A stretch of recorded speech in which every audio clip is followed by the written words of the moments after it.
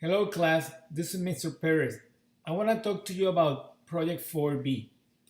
I already made a video about Project 4A, which is fixing a flyer. Project 4B deals with making a flyer for a real person, a real business.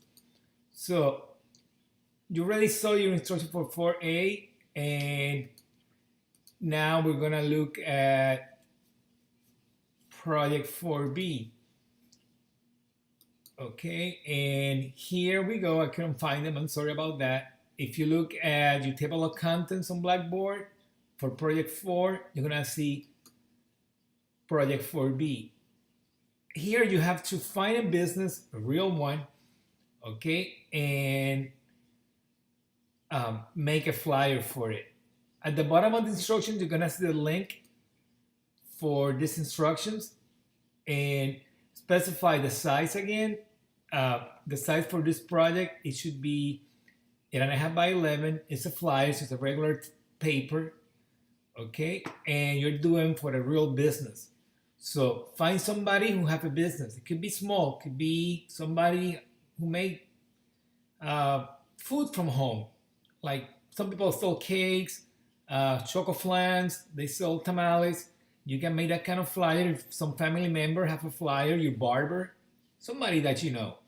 So you find that person, and this is to study. This is from parts of design, like contrast, repetition, alignment. Uh, Here's your specifications. 8.5 by 11. Okay.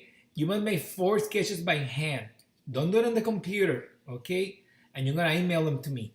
Just take a picture with your phone of the 4 drawings, nothing fancy. I want to see what you're thinking about making. Okay. You're going to make 2 versions of the same flyer. Why a black and white and a color one? Sometimes color, when you photocopy, it looks awful. Especially like reds and blue, it looks like fully black. If you design the flyer in color and then you make a copy of it using the software and grayscales, you kind of have to redo it in a way. You'll see they're going to photocopy much better. And you owe that to your client. Okay? And if there's a business, it's an actual physical business, you can take photos of it. If they're selling pies, you can take pictures of the pie. Okay, you must have some kind of a title, like the name of the business. You need at least one image, one photo. Areas with text, where you talk about where are you selling, a logo if they have one, or a website. They're so easy to do. So, it will help the person so they can have something to show their clients. The famous DTP, you need the date, the time, and the place. If it applies, let's say you're making a flyer for an event. Okay, leave some white space. There's no need to fill that flyer with text everywhere. You might scare people away. And a phone number and location for the business if it's relevant as well. This is 70 points. So this and the fake flyers that you fixed add to a total of 100 points for project 4. Okay, so I want everything pretty perfect here. To use color and use it wisely, you can access the Adobe site. It's called Adobe Color. If you have an Adobe ID and you have the software through the internet, you have access straight from Illustrator if you go to the swatches area. Okay? This color manager have a bunch of color ideas and color combinations. It's really useful. Learn how to use this. It's going to help you a lot in the future. Okay? If you're taking the class in the classroom, that's the face-to-face students. They still submit also in Blackboard.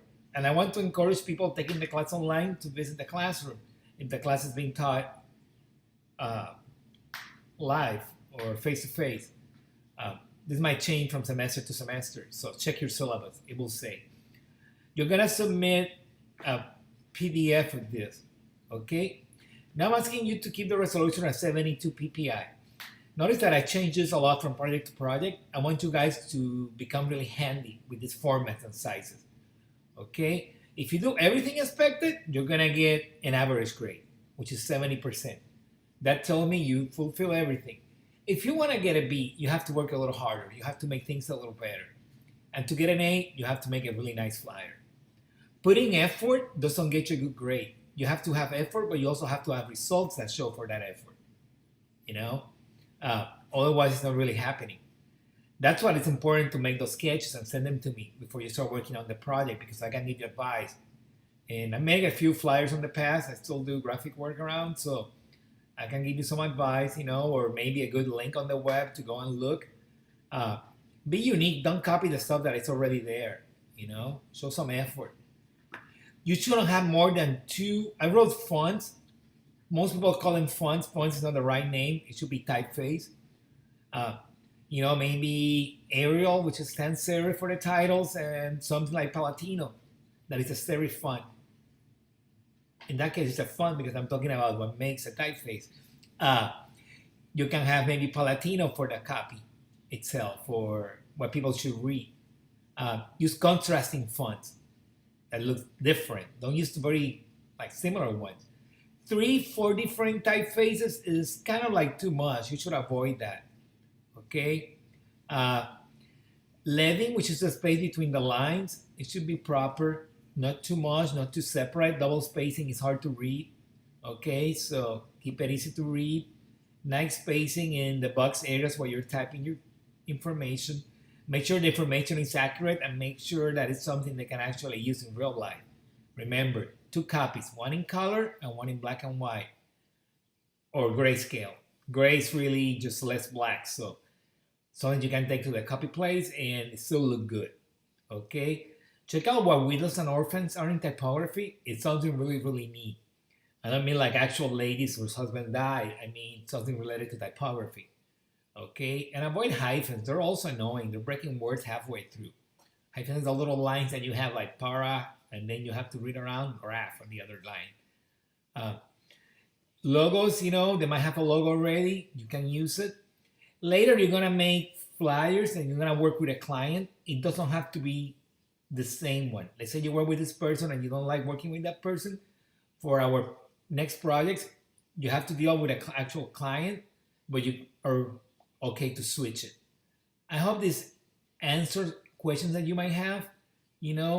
Look at the specifications clearly, and I have by 11. That's a big deal. This is pretty open, so you have a lot of room to be creative. Just remember, you're making a marketing piece for somebody. So they're putting their trust in you. Work hard for it.